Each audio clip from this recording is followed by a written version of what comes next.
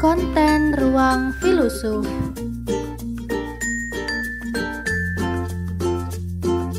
Menyediakan wacana, bukan sekedar basa-basi. Tasawuf kontemporer, tokoh dan pemikiran. Berbicara mengenai tasawuf kontemporer tidaklah lepas dari para tokoh-tokohnya seperti Fazlur Rahman, Imam Khomeini, Sayyid Hussein Nars, dan lain sebagainya yang berasal dari luar negeri.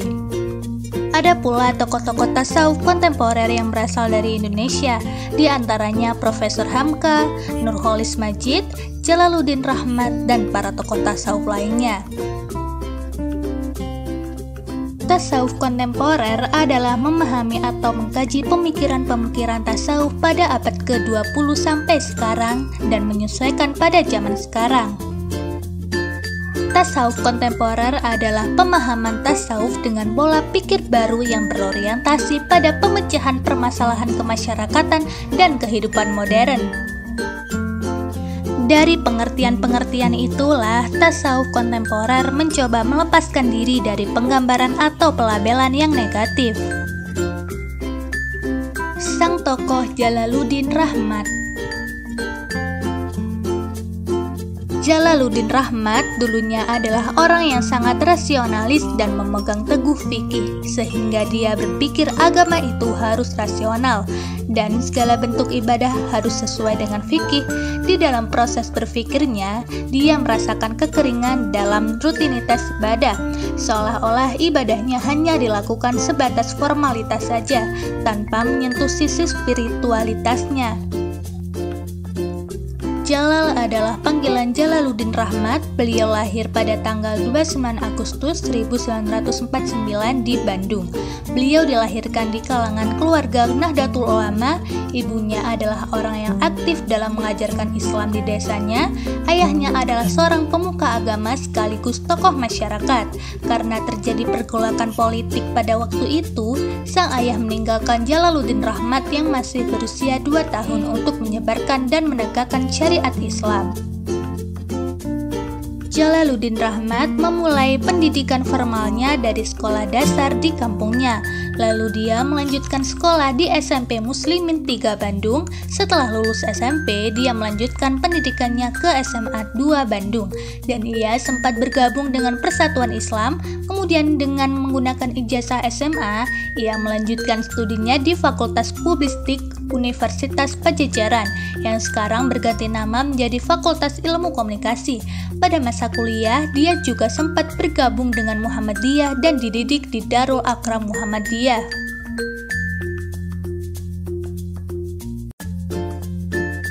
Awal mula Jalal mengenal Syiah dimulai dari perkenalannya dengan Haidar Bagir dari ITB dan Kiai Haji Endang Saffuddin Ansori pada sebuah konferensi di Kolombia pada tahun 1984.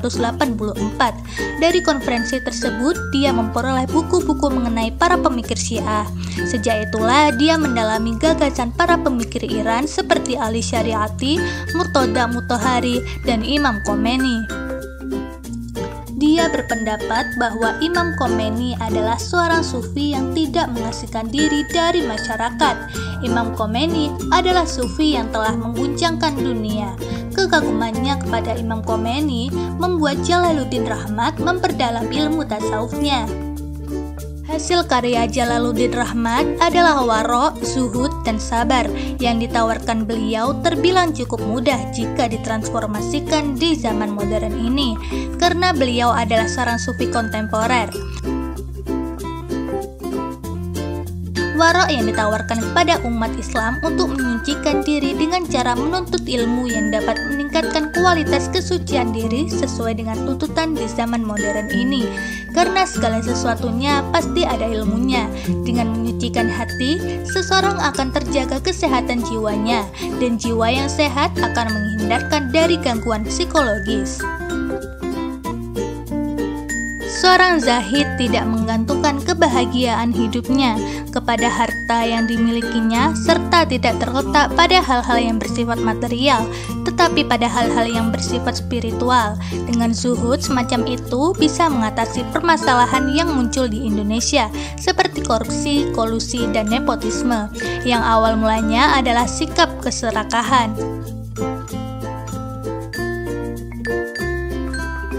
Manusia dikatakan sabar apabila dia menemui konflik dan dapat menyelesaikan dengan hati yang ikhlas. Para pakar psikologi menyatakan masyarakat Indonesia sekarang ini sedang mengalami stres massal. Itu dibuktikan dengan semakin marak dan nekatnya aksi kriminalitas di Indonesia, dan penyebabnya adalah kurang sabarnya masyarakat dalam memenuhi kebutuhannya dan budaya serba instan. Maka dari itu, konsep sabar yang ditawarkan oleh Jalaluddin Rahmat solutif dan bisa diterapkan oleh masyarakat modern. Dan dengan sabar pula, seorang dapat terhindar dari pertengkaran, yang mana pertengkaran itu dapat memutuskan tali silaturahmi dan menyebabkan cepatnya kecelakaan atau kemalangan kepada orang yang memutuskan tali silaturahmi.